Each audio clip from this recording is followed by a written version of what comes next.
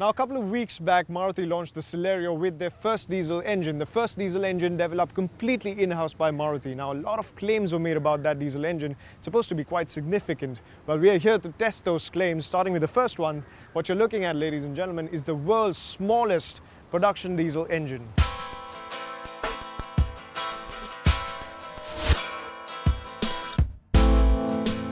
Visually, what you see here is almost no different from any other iterations of the Celerio.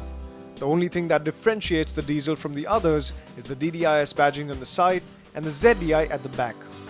The compact nature of the engine means that there aren't any major modifications inside the already generous size of the engine bay. There is no change to the track either, and the tyre sizes remain exactly similar to the petrol-powered counterparts.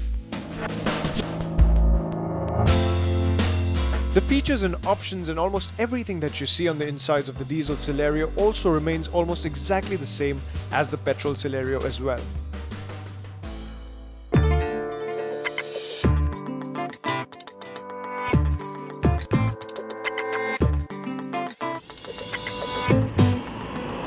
The DDIS 125 doesn't really sound very convincing on paper at first.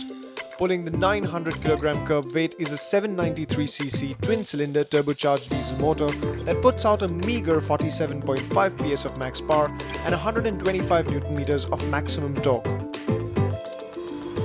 Which quite honestly doesn't really sound like much. You see, power and torque are actually gibberish if you don't know how well the manufacturer has actually been able to tune and get the best out of the engine.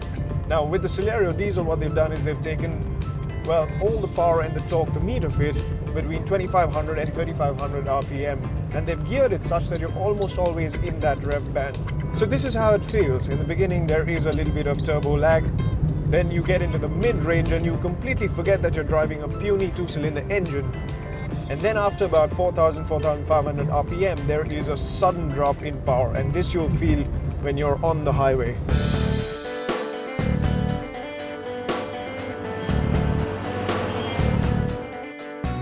The small diesel engine is adequate at the most, with the Celerio taking almost 22 seconds and a very long stretch of uninterrupted tarmac to reach 100 km an hour. But that's not the figure you ought to be concerned with.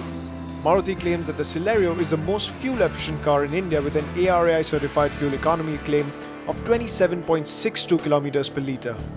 In our test cycle, however, we got 19.1 km to the litre in the city, 27.2 km to the litre on the highway, and an overall figure of 21.1 km per litre. Now that is something that ought to grab your attention. There's something very typical about two-cylinder tall-stroke engines. They kind of start off the way commercial vehicles do. There's that tall crank which kind of settles down into a rhythmic knocking sound, and then it eases further as you go higher into the rev range. Now you've seen that with the Nano. But this, despite being a diesel engine, it doesn't sound all that more cruder than the Nano's petrol two-cylinder engine. In fact, with the turbo whistle, it kind of actually manages to sound even better. But unfortunately, that's not saying a lot. Now, if you're into, engine sounds the way I am, I think you'd be happier cranking up that music volume.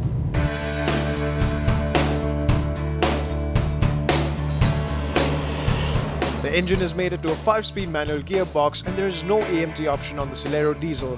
But if there is enough demand, I won't be surprised if it is offered at a later stage. So how is the Celerio diesel to drive? Well, thankfully, unlike some of the cars in this segment, some of the diesel cars, the clutch pedal doesn't feel all that heavy.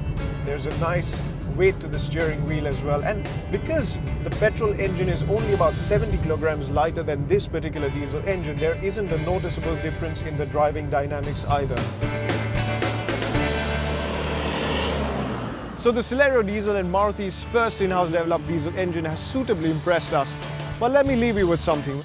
Now, when we did the running cost test for the Celerio, the cost per kilometer for the petrol was about 4.3 rupees. The CNG variant is about 60,000 rupees more expensive, and that costs about 1.5 rupees per kilometer, so you can recover that extra cost in 21,000 kilometers. But the Celerio diesel, on the other hand, costs about 75,000 rupees more than the petrol counterpart and costs 2.75 rupees to run per kilometer. So it will take you about 27,000 kilometers to recover that cost. But do you think that the CNG will have more buyers over the diesel? Well, I don't think so. Consider the popularity of diesel engines in India and the practicality that goes with it. I think this car also has the potential to become one of the most popular diesel cars in India.